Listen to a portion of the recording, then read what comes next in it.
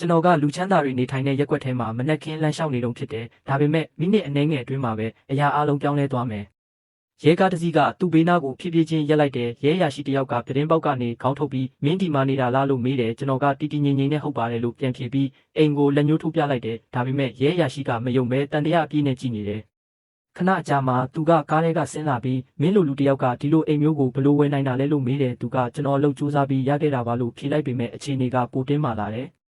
ရဲရရှိကသူ့ကိုလက်မြောက်ခိုင်းပြီးစစ်ဆေးတယ်ဘာမှမတွေ့တော့တတောင်းတယ်သူကဥပဒေကိုတီးတဲ့သူဖြစ်လို့မလိုအပ်ဘူးလို့ပြောပေမဲ့ပြဿနာမဖြစ်စေချင်လို့ပတ်စံအိတ်ကိုထုတ်ပေးလိုက်တယ်။အဲ့ဒီမှာပဲအားလုံးပြောင်းသွားတယ်။ရဲရရှိကအထက်ကအငိမ့်စားစုံထောက်တစိတ်ကိုတွေ့သွားတယ်ဒါပေမဲ့အမှန်ကိုမသိပဲစုံထောက်ရောင်ဆောင်လို့ဆွဆွဲတယ်။သူကတီတီငိမ့်ငိမ့်ရှင်းပြပေမဲ့ရဲရရှိကမယုံပဲဒေါသထွက်လာတဲ့ချက်ချင်းသူ့ကိုကားပေါ်ကိုအင်အားနဲ့တိုက်ချပြီးလက်ထိတ်ခတ်လိုက်တဲ့ဝဲရီယာထဲမှာလည်းအကြမ်းဖက်နေသူလို့လိန်ပြီးအကူအညီတောင်းတယ်ခဏအကြာမှာနောက်ထပ်ရဲကားတစ်စီးရောက်လာတယ်အကြီးတန်းရဲရာရှိတယောက်ဆင်းလာတယ်ဖမ်းထားတဲ့ရဲရာရှိကရဲပြီးစုံထောက်ရောင်ဆောင်တယောက်ဖမ်းမိထားတယ်လို့ပြောတယ်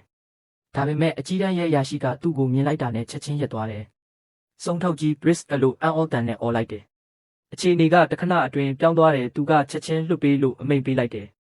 အကြောင်းကတော့ဒီလူကရဲဌာနမှာအထက်တန်းအရာရှိဟောင်းတယောက်ဖြစ်နေခဲ့တာပဲအမှားလုပ်ခဲ့တဲ့ရဲရာရှိကတုံ့လောက်သွားပြီးချက်ချင်းလက်ထိတ်ဖြုတ်ပေးလိုက်ရတယ်အကြီးတန်းရဲအရာရှိကလေးလေးနက်နက်တောင်းပန်ပြီးဒီအတွက်တကယ်စိတ်မကောင်းပါဘူးလို့ပြောတယ်။အဲ့ဒီရဲအရာရှိရဲ့တစိမ့်နဲ့တနက်ကိုတင်လိုက်တယ်။သူကအဲ့ဓာတွေကိုလက်ထဲထည့်ပေးပြီးဒီအရာတွေကိုမင်းလိုတလို့လုံနိုင်တယ်လို့ပြောတယ်။မင်းကသူ့တစိမ့်ကိုယူခဲ့တယ်လို့အခုငါလည်းမင်းတစိမ့်ကိုယူထားတယ်ဒါပေမဲ့မင်းဒီတစိမ့်ကိုပြန်မရတော့ဘူး